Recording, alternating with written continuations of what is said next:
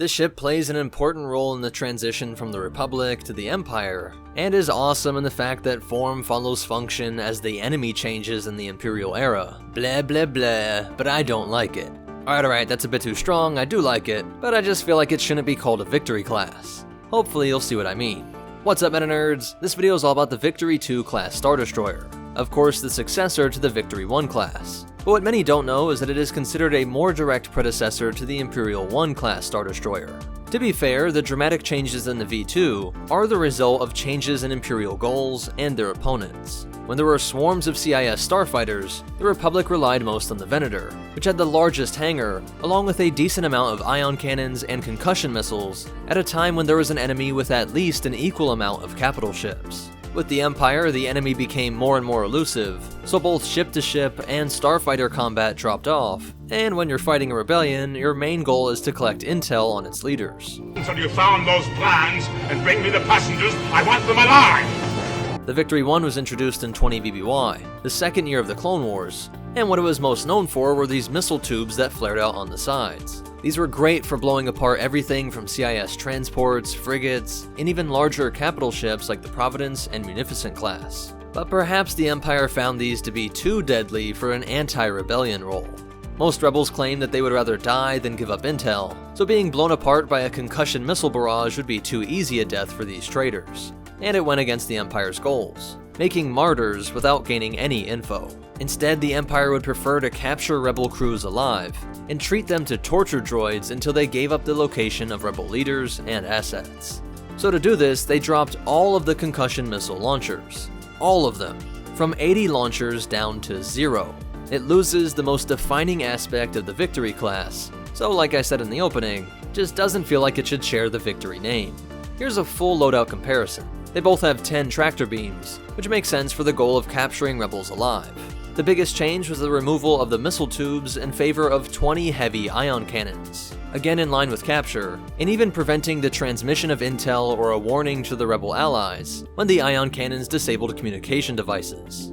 Next we have 40 double turbolaser batteries, swapped out for an arguably equal amount of firepower in the form of 20 double heavy turbolasers. And it is hard to gauge how much of a difference there would be in a shift from 10 quad turbolasers to 20 turbolaser batteries. But really the main change was to abandon all-out destructive ability in favor of disabling and tractoring in to be captured.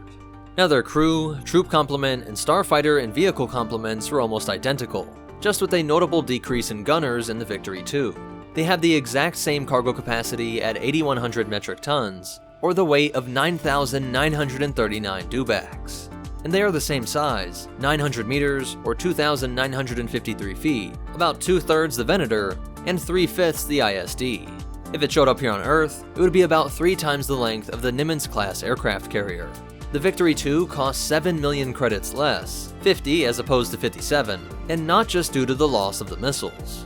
The hull and shield ratings were both dropped, the hull by almost 200 points, and the shields close to a whopping 400 point decrease. Again though, this just points to a different role for the V2 versus the Victory that sailed during a time of all-out galactic war.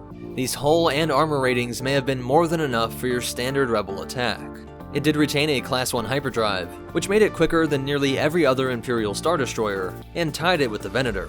And the complement was also the same to the V1, at 24 TIE Fighters, 5 Lambda-class shuttles, 10 AT-AT Walkers, 15 AT-STs, and 10 Juggernauts. Of course, this could be rearranged depending on the mission, but if you watched our video on the Imperial carrier, you know that the Imps went with ships that were more specialized. Instead of the Venator, which would have missiles, be a carrier, and a Star Destroyer, now you could have a broadside class cruiser delivering the missiles in a way more streamlined way than the Victory 1 could.